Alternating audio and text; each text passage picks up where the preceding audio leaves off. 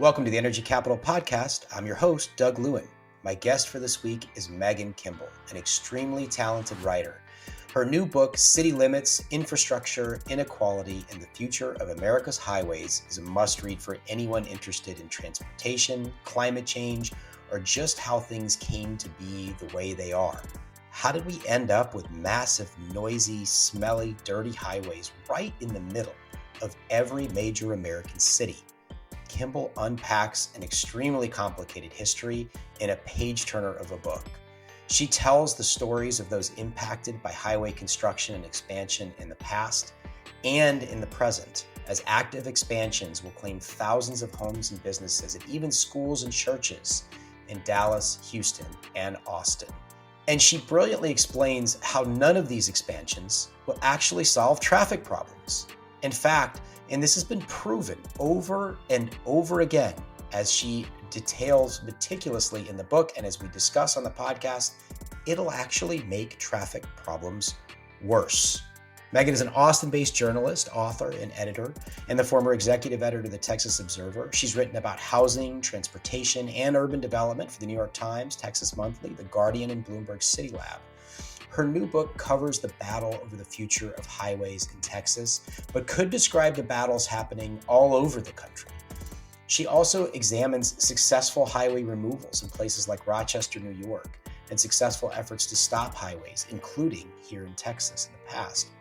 We dove into all of that in the interview, and we also discussed the history of the interstate highway system, including original research Megan did at the Eisenhower Library that showed highways were never meant to go through cities. It was a quirk, almost an accident of history. We also talked about why the U.S. has such meager public transit infrastructure, the impacts of cars and highways on climate change and emissions, and much, much more. This was a wide-ranging interview, and I really enjoyed every minute of it. Back to the book for one more second. Kirkus Reviews called it, quote, a convincing case for removing highways and shaping cities meant for people, not cars, end quote. Whether you think you agree with that or not, I highly recommend you read this book. It is beautifully written. It's moving. I read an excerpt during the interview, but there honestly were about 20 different parts I flagged that I considered reading during the interview to ask for Megan to explain what she was thinking as she wrote it. Seriously, folks, get this book. Before we jump in, just a quick reminder and request. Please like and share this podcast and give the podcast a 5-star review wherever you listen. And finally, if you're not already, please become a subscriber to the Energy Capital Podcast and the Texas Energy and Power newsletter at douglewin.com. That's DOUGLEWIN.com. Thanks for listening and enjoy this podcast with Megan Kimble. Megan Kimble, welcome to the Energy Capital Podcast. Thanks for being with us. Thank you for having me. So I love this book. Your book is City Limits, Infrastructure, Inequality, and the Future of America's Highways. I really enjoyed reading it and learned a ton from it. I think where I want to start is just with the kind of very complicated relationship Americans have with highways. And I love the way you unpack that and go into the depth of that in this. This is not, as might be suggested by the title, like this, you don't simplify this, right? You explore it in all its complexity. And Americans, while we hate being on highways, we resent traffic. At the same time, if somebody suggests, I think to somebody who's not sort of read into this and following this in any great depth, if somebody says we should not expand a highway, people get pretty upset about that. They kind of, they want their highways. So it's very much this kind of a love-hate relationship, I think. So you obviously spent a lot of time thinking about highways and our relationships with them and wrote what, again, I think is really a masterful book. What do you think now, kind of on the other side of this book and all of this research and all of these discussions about highways and our complicated relationships with them? Yeah, I mean, a lot of the book is rooted in history, and I did that very intentionally because I wanted to sort of begin from a place of empathy toward drivers, myself included. So the book kind of begins with the 1939 World's Fair, which had this exhibit called Highways and Horizons. It was sponsored by General Motors, very intentionally to sell cars to the American public. But this industrial designer named Norman Bel Geddes created this exhibit that, people could kind of see the city of the future. This was in 1939 and the city of the future was in 1960. And it was this clean, technologically oriented city with these wide, clean roads and skyscrapers, and it was all efficient. And like, I kind of empathize with people who were captivated by that vision. Like, the automobile was this miraculous invention. You could go wherever you wanted to go, when you wanted to go. Like, previous to that, people just simply did not have access to life outside the city. Cities at the time were like pretty crowded, pretty dirty. People's travel was sort of contingent upon transit lines that had fixed routes and fixed schedules. So like, the automobile like offered this amazing promise to Americans. We live in this vast, wide open country, and we were finally going to be able to like settle it. We were going to be able to get outside the city, have like an acre to each man and woman, which was Frank Lloyd Wright's vision. And like, I totally understand why that vision was captivating. And so I really wanted to begin in a place of like, it absolutely makes sense that people flock to buy cars, you know, that like, it was this amazing invention. I think like beginning there, which is, it is understandable that we did what we did. But now, fast forward, you know, nearly a century, 80 years from that, like, we know better. We absolutely know better. We know the enormous cost of automobiles and highways to our cities, to our health, to the environment. And like, yet we keep doubling down on this form of infrastructure that it has been known really since like the 60s and 70s has huge negative externalities in our cities. And so, but I really did want to begin in this place of like, it's understandable that we built all these highways, but like, let's reevaluate them now, knowing what we know. Yeah, and I love your description of Bill Getty's Futurama. It was called, right? It was at the 1939 World's Fair in New York, I think. Yeah, it's an amazing description. The way I kind of got captivated by you really did justice to the display and sort of describing it. I felt like I was almost there. I want to come back to that, because you do say towards the end of the book that we need some kind of a new Futurama. But let's come back to that. I do want to talk about that as we go through. But let's kind of work our way through the book a little bit more. So this is the Energy Capital podcast, and you know, usually I'm talking about the electric grid and topics related to that, but you know, highways, as you point out in the book, have just obviously a major connection to energy and to climate. Can you talk a little bit about that connection and how changing how we design and plan and build transportation systems could have an impact on energy and climate? Yeah, I love the question because it really motivated a lot of my reporting. So today, transportation is the leading contributor to greenhouse gas emissions in the United States. That changed in about 2016, 2017. It surpassed electric power generation. And that's largely because we are driving more. Like, it's passenger cars and trucks that are driving that increase in emissions. So I kind of knew that when I started reporting the book. And then I discovered this statistic in a TxDOT, report, that Texas on-road emissions are responsible for 0.48%, so about half a percentage of total worldwide carbon dioxide emissions. And that absolutely floored me. Like, all of us drivers in Texas, all of these highways that we are expanding have a measurable impact on total worldwide carbon emissions. Like, think of all the industries across the world, all of the emissions that are being created. And we in Texas, our drivers, have a measurable impact. And so that really motivated me, which is to say, like, if we don't expand these highways, like, we could also have an impact on reducing emissions. That there is, like, the fight in Texas is incredibly important for the fight to decarbonize and move away from carbon emissions. So that really motivated a lot of the reporting.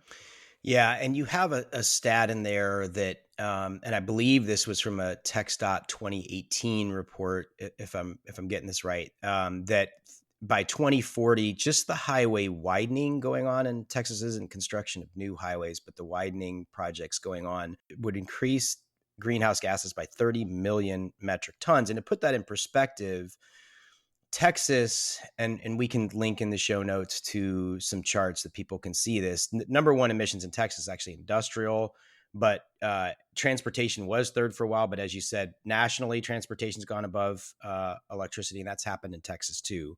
Those lines have crossed as we've added a lot more, gas displacing coal, but also wind and solar has caused those emissions to go down.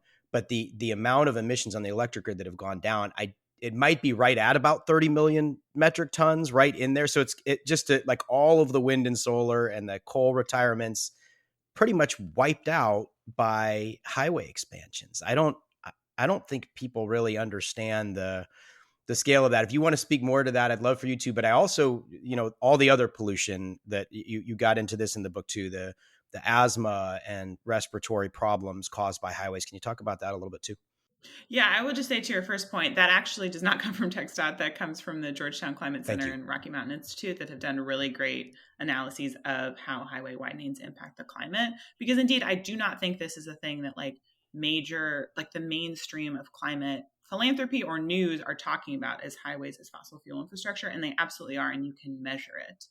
And that report that found that stat that you just cited, like the authors say, like minimizing further highway expansion is the most important lever to stopping the increase of carbon emissions in the transportation sector. So like highway expansions have a huge consequence and a huge impact on greenhouse gas emissions. But indeed, as you know, like as you just mentioned, they have other negative impacts besides just greenhouse gas emissions. They are incredibly polluting. So, I include lots of research that shows that when you live next to a highway, you have much higher rates of asthma and other respiratory diseases, particularly for children. So like the pollution that's from tires and from exhaust has like lots of other negative consequences. The highway expansion in Houston that I profile in the book will bring like this massive highway interchange closer to a school, an elementary school called Bruce Elementary in Houston's 5th Ward. And students at that school already are exposed to much higher rates of carcinogens and other air pollutants than elsewhere in HISD. And then it's only going to get worse as that highway gets closer. So it's like, it's not just our future and climate change. It's like right now, people and kids are getting sick from living and going to school next to these highways. Yeah. So there's so many different angles of this to unpack, but I think we'll get into some of the others around cost and traffic fatalities, but I think it's important right at the beginning though to just get into how highway expansion actually doesn't work for what it's intended to do. So there's all these quote unquote externalities, which is sometimes the way economists talk about this, like all these other like horrible things that happen, like pollution and greenhouse gases and increased traffic deaths and all those kinds of things. But what it's supposed to do is actually move people faster. And as you put in the very first chapter, the 100 largest cities spent $500 billion. They didn't spend it, the federal government did, but there was that much money spent on the largest cities over, I think it was a period about 20, 25 years from like the mid 90s up until about 2020. And in those cities, traffic congestion increased 144%. Now, like some people might say, well, okay, we should have spent $1 trillion instead of $500 billion.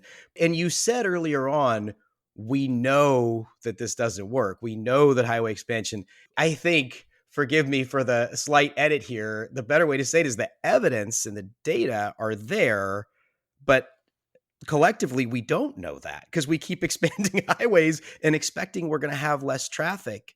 Yeah. Can you talk about that a little bit? Because that was something that really stood out in this book. Like, I think it's particularly for people that work in this space, it's like that is taken as just sort of it. Of course, this is the way it is. But I think I'm not sure I fully realized that until I read your book. And I'm a little bit embarrassed to say it, but not, hey, we're all learning. And so, yeah, your book does a good service on that. But talk about that a little bit if you would. Yeah, I mean, I think that's a totally understandable reaction. You're sitting in traffic on a highway and you're like, boy, if this highway was bigger, I would get where I was going faster.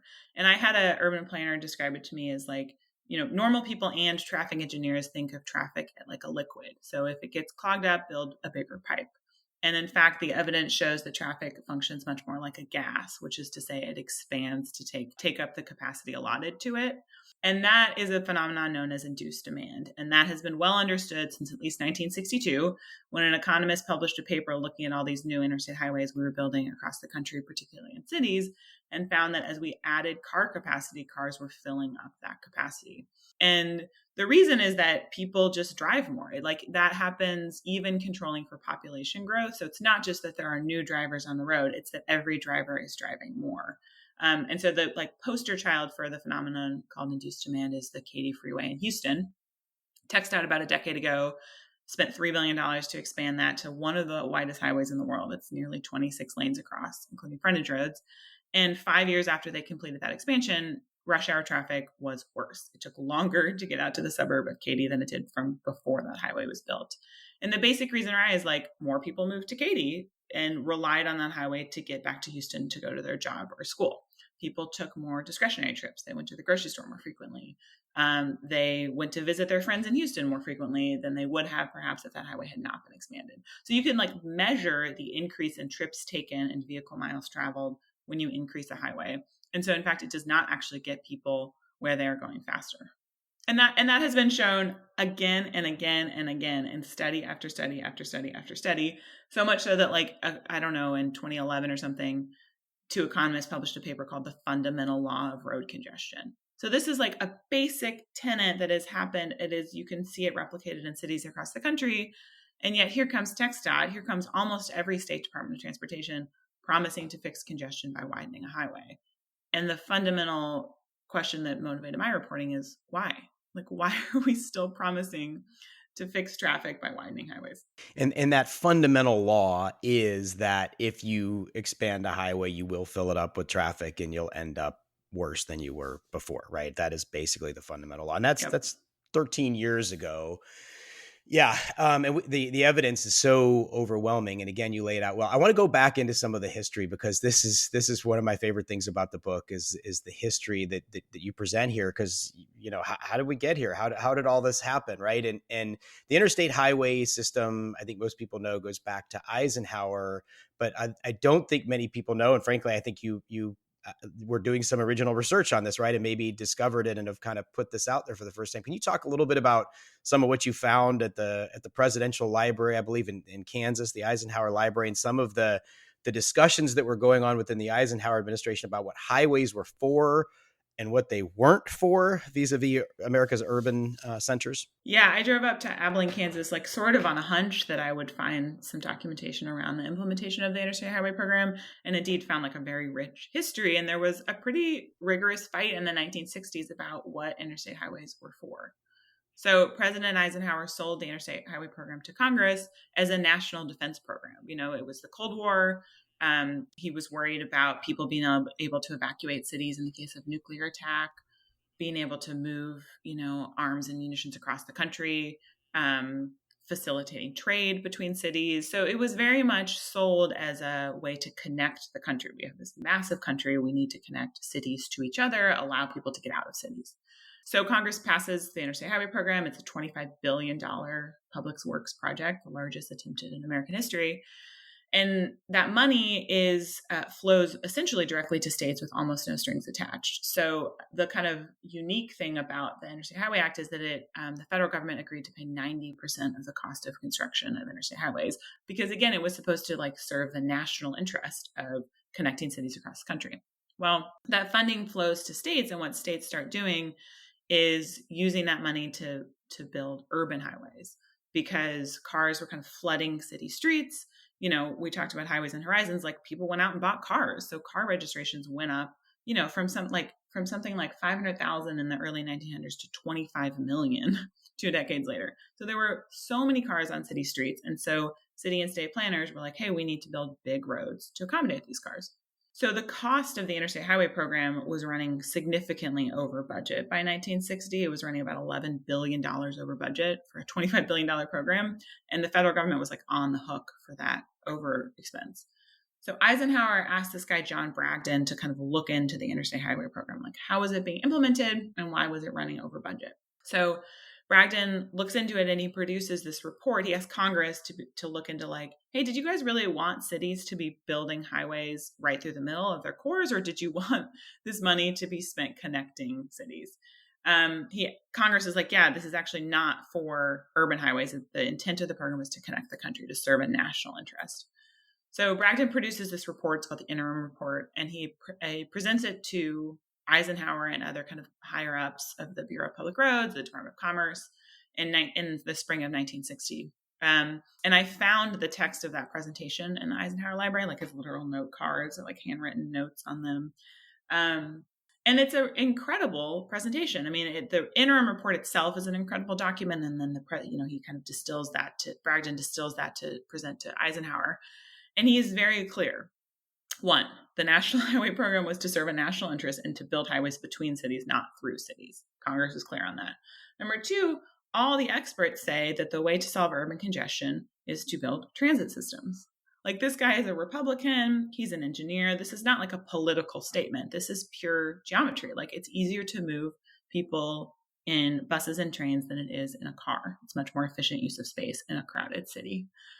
And that cities were actually using federal money to tear up transit systems and build roads in their place, so that most transit systems, rail lines, trolley lines across the country were being demolished and replaced with road infrastructure. And Bragdon tells Eisenhower, you need to direct the Bureau of Public Roads to tell states to do something different, to not use our federal money to solve this newly created problem of urban congestion, but rather to focus resources on connecting the country. It's like an incredible presentation. I mean, it resonates today with a lot of what kind of transit activists are saying today in 2024. So he presents it to Eisenhower, and Eisenhower's response is captured a few days later in this memorandum of the meeting. And he says, the matter of running interstate routes through the congested part of cities was against his wishes for the program, and those who had implemented it had done so against his wishes and desires. And so I kind of knew that memo, and it was kind of like, well, why didn't he move? Why didn't, this was against his wishes. Well, his secretary has a note in her diary after the meeting that people were in for a meeting on the roads program, and General Parsons and others think it would be murder to move in an election year. So it's an election year. It's a presidential election. Money has been committed to states, and Eisenhower says something to the effect of the states would rise up in arms if we reversed course on this program, if we took back money or gave them kind of stronger parameters on for what they could spend it on. So nothing was done. That Bragdon's report was shelved. It was I don't think it was ever released, and nothing changed. But to me, that was it really I think it anchored the book, because it's it wasn't supposed to be this way. Right. The interstate highway system was not intended to build all these urban highways. People back in 1960 knew that. High up people, Eisenhower knew that. And yet there was this inertia that was hard to stop. So nothing happened. And you found that diary entry as well from his. That's amazing. That's amazing. That is so neat to think that there's history like that to be discovered, and you found some of it. So this history is truly fascinating. So at that time, so you're in the late 50s and early 60s, and am I right that at that time, I think I remember from the book you presented that the federal government's paying 90%, right? And on other projects, if you wanted to build transit, you're getting what? If you wanted to build more trains in your city, you're not getting 90% from the federal government, right? Yeah, you're not getting much of anything. The federal government had dedicated transit funds. I don't recall exactly how much they were, but they were an absolute fraction, pennies on the dollar of what was spent on the highway program. So for example, in San Francisco, citizens revolted after the Embarcadero Freeway was built, and they said, hey, we do not want any more freeways in our cities. In our city, there was a popular protest. And as a result, the San Francisco Board of Supervisors canceled this massive freeway plan. And to build BART, which we all probably have heard of, the Bay Area Rapid Transit System, they had to tax their own citizens locally to pay for that. So they had to forego federal highway money and raise money locally to build a transit system. Yeah, I again, as I said earlier, I work a lot on electric grid type issues, and there's monopoly utilities, the poles and wires companies. And I was talking to a colleague yesterday. She read me this quote. If you show me the incentive, I'll tell you the outcome. Right. So in the electric, utility industry, that means certain things. They're going to spend capital because utilities get a guaranteed rate of return. Obviously, in this case, if you've got the federal government to pay 90%, or you want to go a different way and you've got to tax your citizens to pay for it, this really reveals, if you've ever wondered, why are there highways in the middle of our damn cities? What? That doesn't make any sense. Literally right there, all this traffic running by the buildings where there should be sidewalks and people walking around. This is why, because it's this legacy of the 1950s, and frankly, it was just kind of a little bit of an accident. It kind of happened because the locals were like, this is really expensive. We can get the feds to pay for it. And now we'll be drawing traffic into our cities, I guess was their thinking. It was paid for and it would bring people into the cities. But of course, really the interstates, I don't know if you know any stats on like how many people are like, if you're on I-35, going through Austin, not that many people on I-35 are getting off in Austin. A lot of them are going, somewhere between here in Duluth or here in, South Texas or something, right? Yeah, I mean, these highways were sold as a way to like resurrect struggling downtowns. They were going to bring people back to the central business district.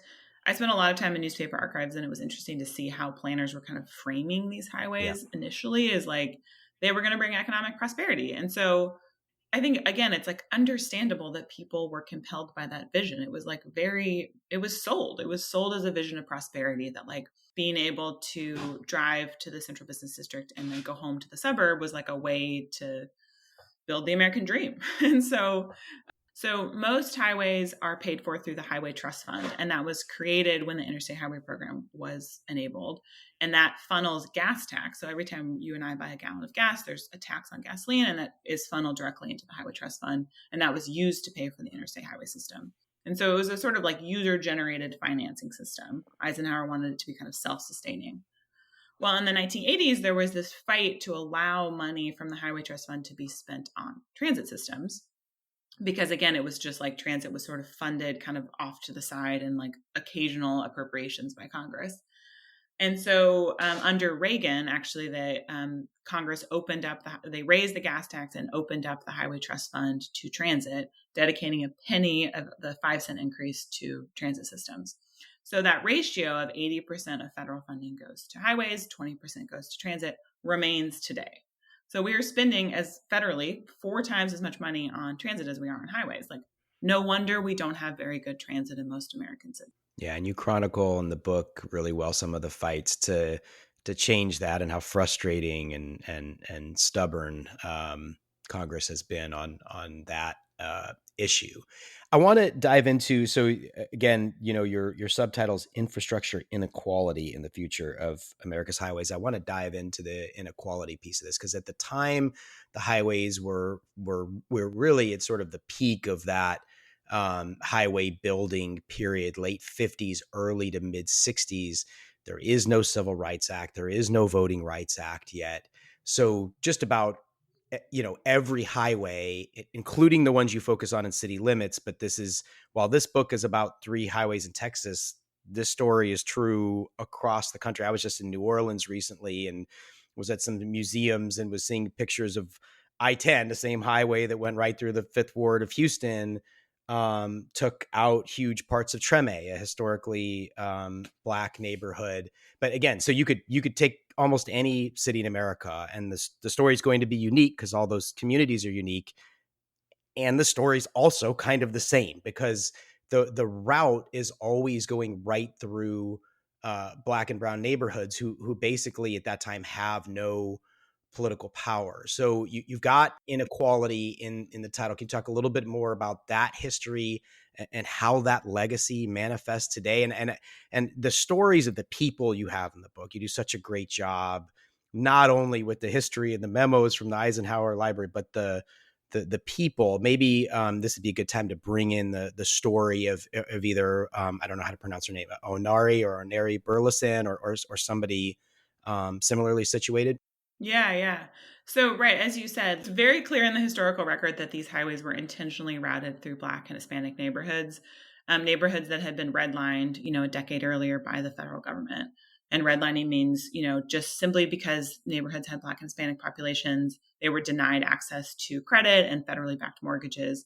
So Houston's 5th Ward is one such example. I talked to this woman, Onari Goodry, whose family was displaced when I-10 was built through that neighborhood. It's, a historically Black neighborhood.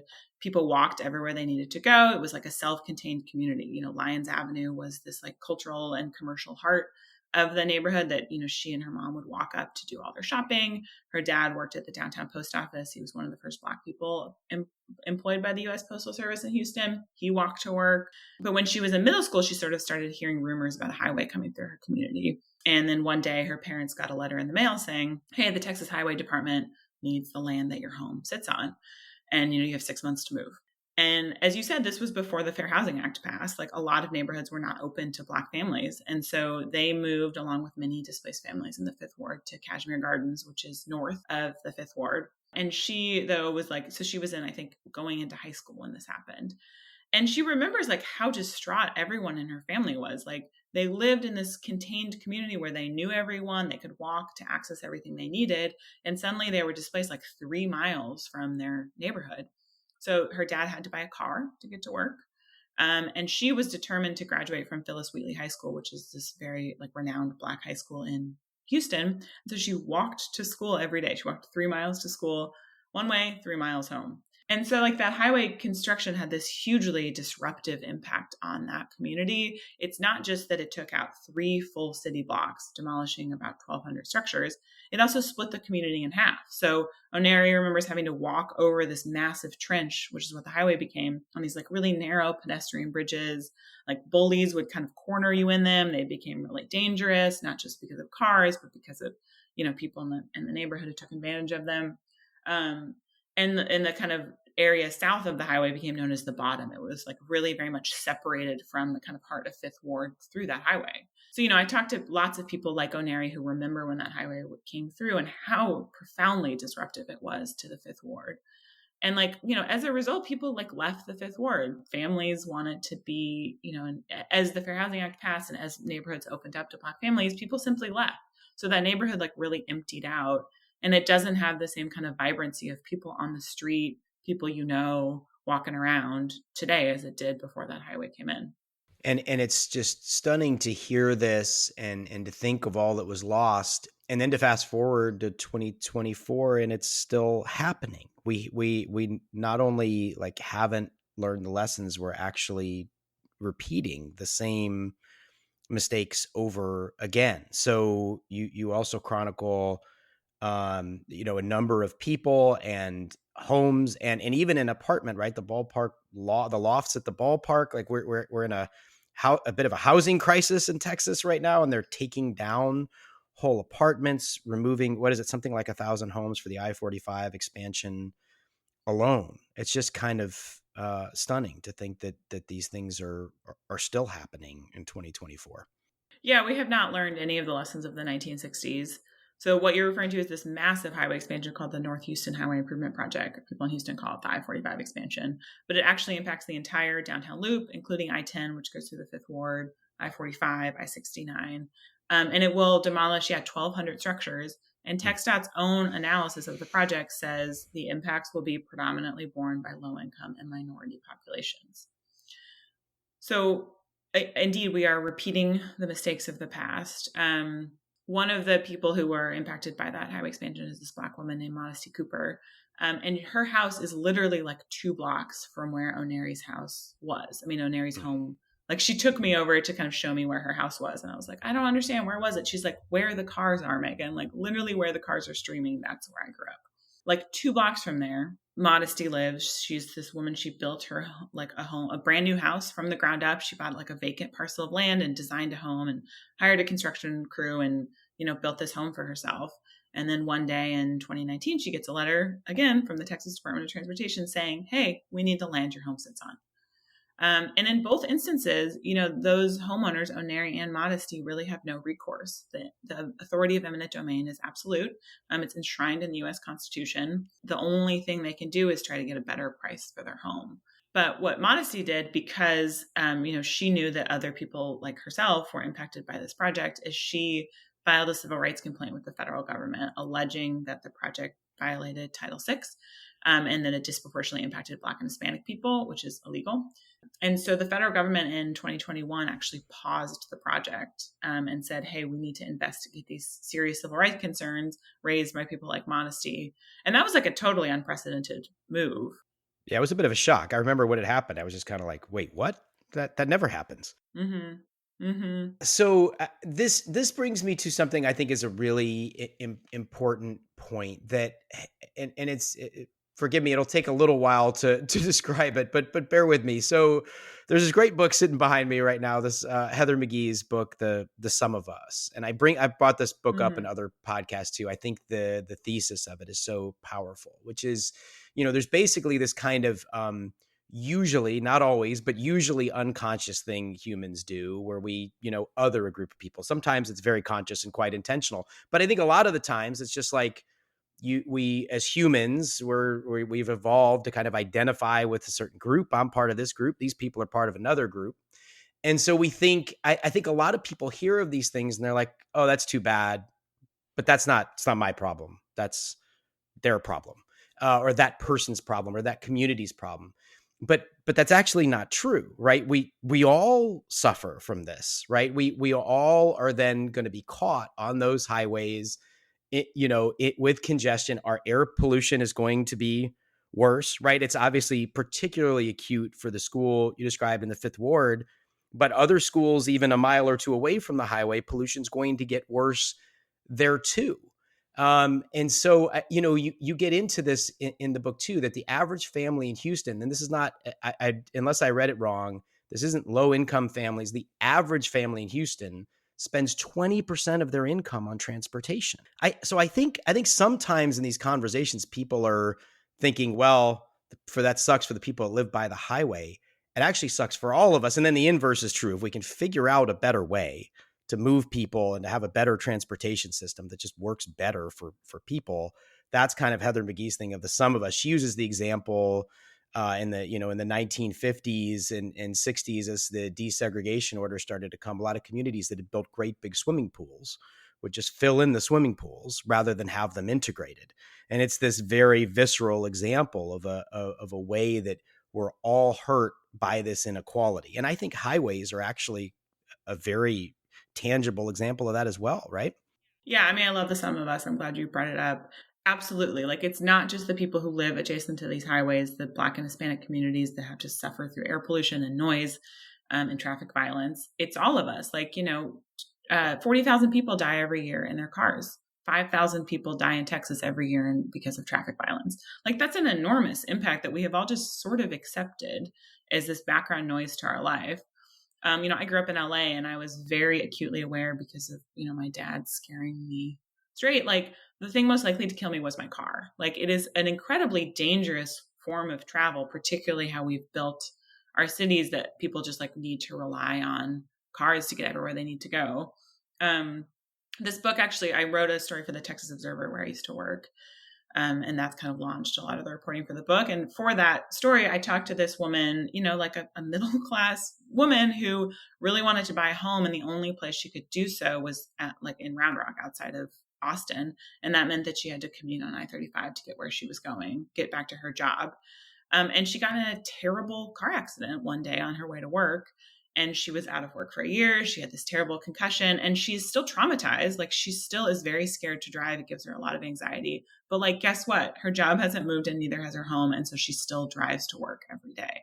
So there's a kind of real trauma around car dependency for a lot of people. But also, as you say, it's extremely expensive. It is a really expensive way to get around. Indeed, you're right that in Houston, the median family spends 20% of their income on transportation, which means that Houston, which is sort of often touted as this really affordable place to live, on average, when you combine housing and transportation, is just as expensive to live in as New York City, where housing is really expensive, but most people can get around using transit, which is much more affordable. So, car dependency impacts all of us. One reason I wrote this book is I moved to Austin from Tucson, where I biked most places I needed to go. And I moved here and I ended up driving 2 or 3 hours a day to work, to various places that I was reporting. And I was like, this sucks. I don't want to live like this. It's really impacting my quality of life to have to drive everywhere I need to go. So indeed, car dependency has, I think, the highest negative impacts for low-income populations because travel by car is very expensive. And so as we build cities for car dependency, we are, I think, increasingly burdening low-income people, but we're burdening all of us through air pollution, through climate change, through quality of life, sitting in rush hour every day. These are car dependency is something that impacts everyone. So there have been examples in history, quite a few, where highways have been defeated. I love that you bring Robert Caro's The Power Broker about Robert Moses in, and obviously he built a lot of highways, but the one through, was at Washington Square Park, he was trying to build a highway through, which is like crazy to think about. But it's not just New York City. Apparently in Austin, I didn't realize this history. The highway department had wanted to put a highway right along Lake Austin. So next time you're driving on, I guess it would be Cesar Chavez. I don't know if it was on the other side, but I assume it's Cesar Chavez. That could have been an interstate highway, but for citizens in Austin who organized and said, no, we don't want a highway around our lake. So can you talk about, or our river? We call it Lake Austin. It's really a river. But can you talk a little bit about some of the historical examples of where highways were defeated, and where highways have been removed, and then some of the movements that are active right now in Texas to try to either remove highways or stop expansions? Yeah, I mean, there was a massive freeway revolt in the 1960s as all these highways that, we talked about earlier that planners sort of conjured using all this new federal money. They drew these lines on maps and people saw them and they said no. And in part because they watched as these highways were built through their neighborhoods and communities and kind of saw the air pollution, the noise, like how divisive they were, how they split apart neighborhoods. And like tens of thousands of people in cities across the country turned out and revolted. So like in Baltimore, a biracial coalition stopped a massive highway expansion that would have demolished something like 28,000 housing units, like an absolutely massive highway. Washington, D.C. had a really robust movement. We talked about San Francisco. So like in almost every city, Austin is not alone. Citizens absolutely revolted and erased highway lines from maps before they could be built. And I think part of the power of that movement is that people knew something else. Like these highways were new to them and they saw the kind of devastation they wrought and they said, no, I don't want it anymore. And the challenge today is like most of us, myself included, like have only grown up in cities with highways. Like I've never lived anywhere that was not wrapped in highways. I've never known an Austin without a massive interstate through the middle of it. Like it's really hard to imagine anything else. But I think so in the book, I go to Rochester, New York, which is a city that has recently removed its Interloop Highway, which circles the downtown. And I wanted to do that because it's like, it really makes visible that another world is possible. Like these are just construction projects. We can construct something else. So the city of Rochester in 2017 got a federal grant to fill in its Interloop Highway, which is like a sunken highway that circles downtown. And so they did about half of it. It's called the Interloop East Project, and they brought it up to grade.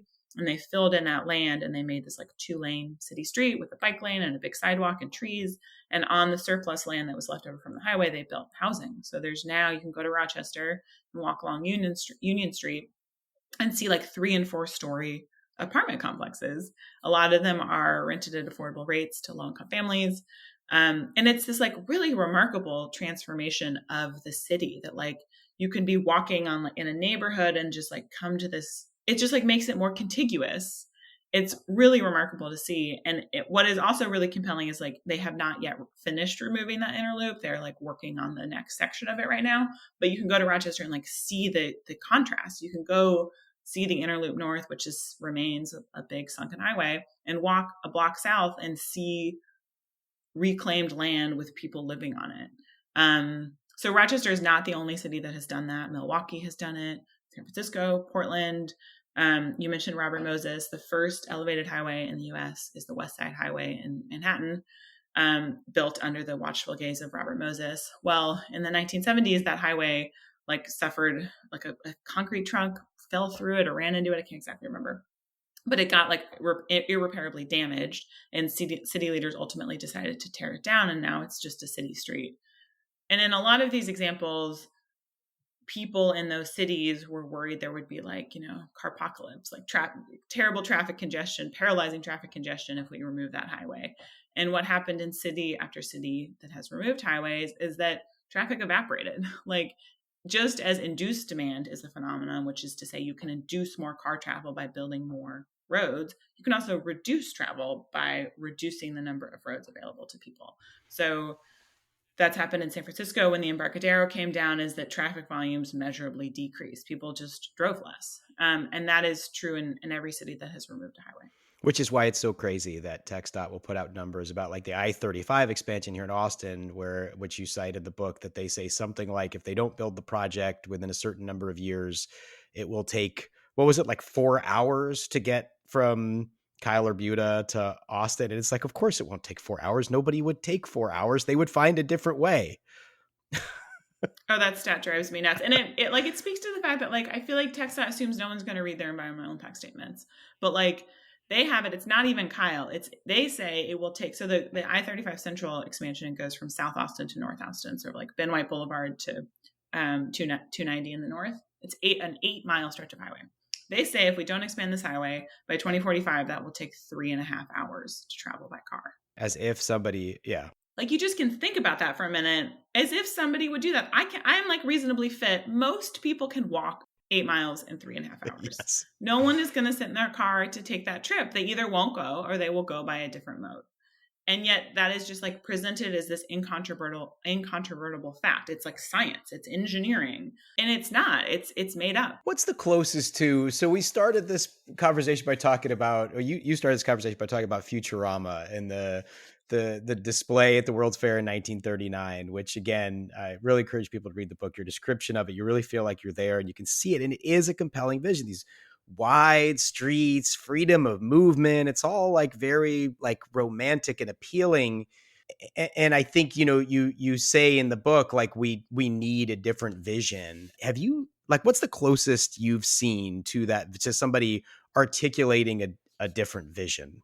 And not just, I should say, not even articulating, like, I really think there's something to actually seeing it. That was the power of Futurama, right? Was people could actually, they didn't have to visualize it. They could see it. Has anybody done anything like that where people can really get an image of what a different way would look like? I haven't really seen it. I mean, that's why I think highway removal is so compelling. That's why I went to Rochester twice, is to like, that is the vision to me, is like, we can erase these structures and build housing and let people live closer to where they are going. So anytime I've seen kind of renderings of that, or like visions for how do you make I-35 Boulevard and put housing next to it, I think that's really compelling. I also think like COVID offered a pretty compelling vision. Like our highways were empty for months as we were all quarantined at home, and people reclaimed city streets, all these like outdoor cafes sprouted on like sidewalks. And it just speaks to like, I mean, all of this has become so politicized, but it is like a fundamental human truth that we like to be around each other. And like highways make that impossible. Like the way we have built our suburbs make that impossible. And I think COVID really revealed like how desperately we want to just be in conversation with each other when that was taken away from us. And so like seeing the massive empty freeways that kind of thread through our cities as we all stayed at home, I think for me certainly revealed like what a waste of space this is. But yeah, to answer your question, like I actually I haven't seen a modern Futurama for the highway removal movement. And I think that is like the thing that I would love to see that. I haven't seen it. Yeah. And I haven't either. And that's why I asked the question, because I think it is really important. And you do say towards the end of the book, like we should, I'm quoting from the book, we should tear down urban highways, but how we tear them down also matters. Right. So like, I wonder if that Futurama, like it was one person in 1939, but if the folks that are involved in this movement actually can't get together and start to build some of these models of this is what it would look like if we didn't have that, including here's other ways to get to the city, right? It's not like a highway. You can have highways other places that lead up to the cities, going back to that original Eisenhower vision, right? I wonder, there are, will you talk just for just a couple minutes about the different groups working in the 3 different cities? You've mentioned them a few times, but the I-45, the I-35 coalitions, and the one in Dallas as well. Yeah. So in Houston, there's this group called Stop TxDOT I-45, and they began literally by like people who heard about the I-45 expansion and were appalled, and just like kind of printed some yard signs and started talking to people in their own neighborhood of like, hey, do you want this expansion? No, I don't either. And so it became this like pretty robust grassroots group. They have gone door to door in neighborhoods across Houston and neighborhoods adjacent to the highway expansion to let people know that it's happening, to let people know what their rights are, how they can get involved.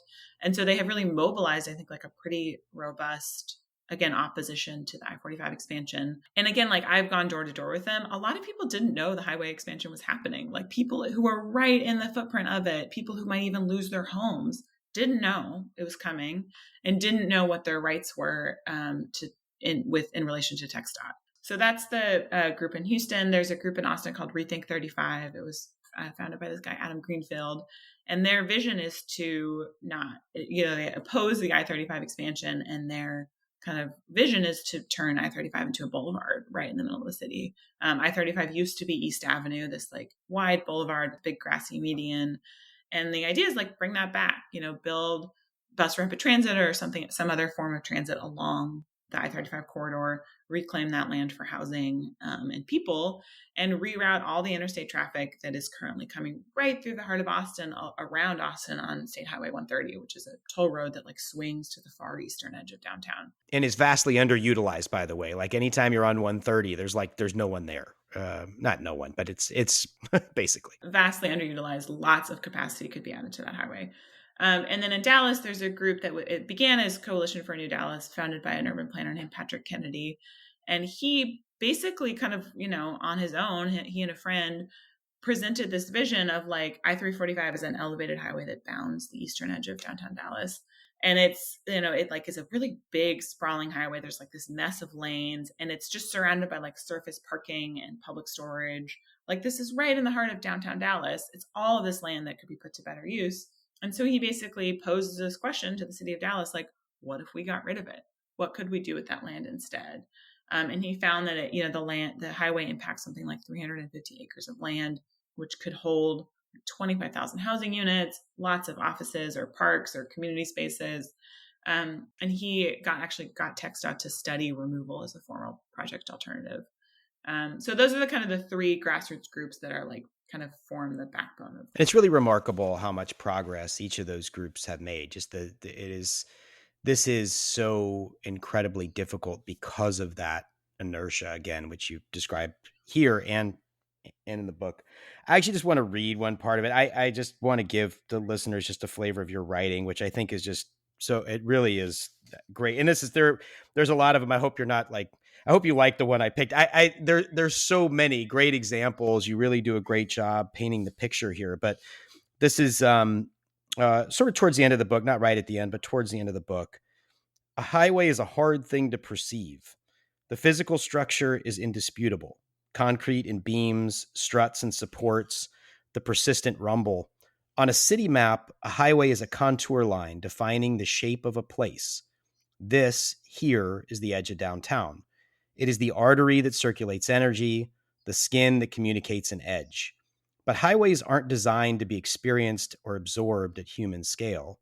On a highway, we are our cars, contained in the hum and clack of suspended rubber wheels, speeding so fast that we can't absorb anything except paint on pavement and the giant green signs that announce where we are going. But highways are similarly hard to see outside our cars. The structures defy human scale. Overpasses soaring 125 feet above ground, the height of a 12-story building. A highway is a wall of noise, so loud it dulls every other sense. You can't ever see a whole highway.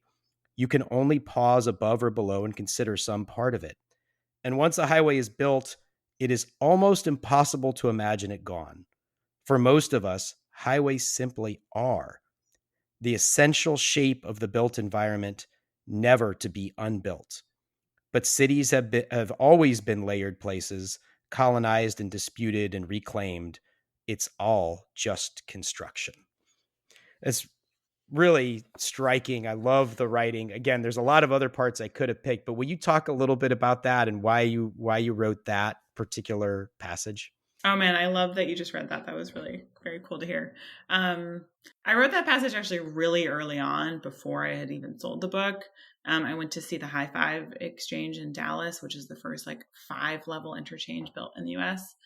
And just was like on this like little pedestrian trail, like marveling at this structure above me. And yeah, like I mean, in reporting this book, I spent a lot of time contemplating highways, looking at them, examining them in a way that I think I had never done before. And most people probably don't do. You just drive on them. They just are. And I really wanted to capture the sense of possibility that like, these are not inevitable parts of the urban landscape. Like you just read, like these are policy choices. They are not mountains. They are not natural features. And that we can do something different.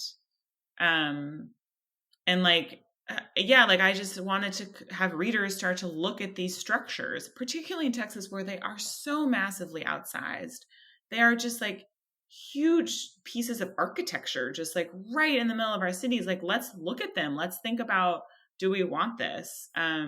So yeah, and thanks for reading that. But I remember I actually like went to the high five and like came home and just like wrote that as just this kind of standalone contemplation of highways, and then I found a place in the book. Yeah, it really stood out to me. It's really, really well done. And look, the whole book is well written. I hope folks will read it. Is there anything I should have asked you that I didn't? Anything else you want to say? Well, I don't know if you want to talk about electric vehicles, since this is like a Sure, podcast that of course I do. grid. Thank you. Yeah. Tell us what you want to say about electric vehicles. I was struck by that part where you said, yeah, electric vehicles can help reduce emissions, but so yeah, let's talk about that.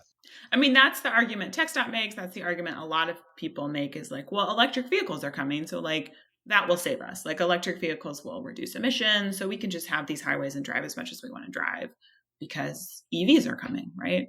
But I think the like thing that I learned is like, one, they are absolutely not coming quick enough. Like the fleet turnover time is a real bottleneck to decarbonization. So like I think it's something like 8% of the cars on the road today are EVs. And they like, and also will like the more we drive, the more power we need to fuel these EVs. And as we are transitioning the grid to renewable energy, like it just puts more pressure on that effort on the grid. And as you know, as your listeners know, in Texas, like our grid is not doing great, like it needs some help. That's my layman's interpretation of what happened. It needs some help. You're not wrong. Yes. Yeah. So I think the idea that we can all just keep driving as much as we want as long as we're in an electric vehicle is like a real false promise. Like in order to reach like carbon goals that have been set by the US, but then have been committed to by the US, like we just simply cannot drive as much as we're driving. That like every extra mile we add to our commutes puts more pressure on electrification and the transition of the grid. And so like, I just like I feel like this is the place to talk about EVs, and I haven't really gotten to talk about them on my tour. Yeah. So a couple thoughts on this. So one, I do think there is a lot of potential to decarbonize with electric vehicles, and I do think the grid. The piece with the grid that's so important, Megan, is that we have to charge the cars at the right time, right? So if everybody gets home from work, Right. they're driving on these great big highways and sitting there for an hour and frustrated and whatever, and then they get home and they plug in their car. If everybody is charging at the same time, we're going to have further problems on the grid. If there is, though, smart charging infrastructure, right? You have to have a charger that has some software in it that basically has a signal from the grid, and you plug in and it's going to charge the car when there's an abundance of energy, not right after the sun goes down. It might be when you get home if there's a lot of solar power. It might be overnight when there's a lot of wind power. So that kind of thing is really important. And I think actually has the ability to potentially strengthen the grid if it's done right, which is that if it's done right is doing a lot of work there, right? Like there's a lot that has to happen policy wise for that to go into place. To me, though, the bigger thing is, and I talk about this a lot with people. I obviously work on this a lot, and decarbonization is a massive goal. It is not the only goal. We need to decarbonize in a way that actually makes people's lives better, right? This is we live in a world where already 40 to 45% of people can't afford their power bills. Some of that is because of all the transportation costs. But then, you talk about in the book, we talked about earlier in this conversation, 40,000 people dying on highways every year. That's not acceptable. That should not be something we just like shrug our shoulders at. Like that 40,000. I mean, if 40,000 people were dying of anything else that was preventable, I would think we'd prevent it. But somehow we've all just decided like this is a bargain we're willing to make. And then all the lost time, all the expense that goes into driving, all of those different factors are still there if the only thing we do is go from gas-powered cars to electric cars. We will have some, again, integrated with the grid in the right way. We'd have some less carbon emissions, but I just don't think we want to continue that Faustian bargain of road rage and traffic death and lost time and all of that. So it really, I think the issue that we want to focus, at least I want to focus on, is multimodal electrification. Like how we need more Mm-hmm. electric buses and electric trains, and to rethink highways overall and all that. I mean, I think all of that comes into it. Yeah, I love that perspective. I mean, I just have heard from folks that's like, well, like electric vehicles are the solution. We can just kind of keep continuing to build our cities as we've been building them based in sprawl and on car dependency. And it's like, there are all these negative externalities, and like, it's just simply not coming quick enough, that we really have to kind of rethink how we have structured our cities to make this transition easier, to facilitate its arrival. Yeah. And making sure we're also not perpetuating the inequalities that have existed, all these problems with highway expansion. If all we do is go from gas powered cars to electric vehicles, and we're just going to continue expanding highways forever, even if, and you're right to raise the question, like, we're not sure emissions would go down because of grid impact. They probably would, but even if they did, we don't want to continue to separate neighborhoods and take people's homes. And we didn't even talk about the school in Austin that's being taken out. Like these are outcomes that are not acceptable. So yeah, I think you're absolutely right. The overall thesis you're laying out there, that electric vehicles are not a panacea, is absolutely correct. Yeah.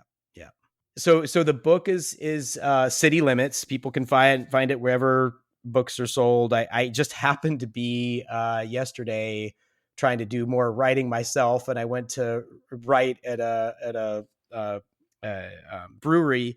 It's where sometimes I write. Don't judge me. And somebody was sitting there with your book on the table, so it's getting out there. And he said there's I think it's Austin Urban Books or something, a book club, and they're going to be reading it. So folks, can you just tell folks where they can find you, your website, your Twitter handle, and if there's any book clubs people can join or things like that to read your book? Yeah, if you're here in Austin, there's a book club called Urban Austin Reads, and my book is the selection right now. So you can join the book club. It's at First Light Books in Hyde Park every Friday, and I will be doing an event there on May 17th.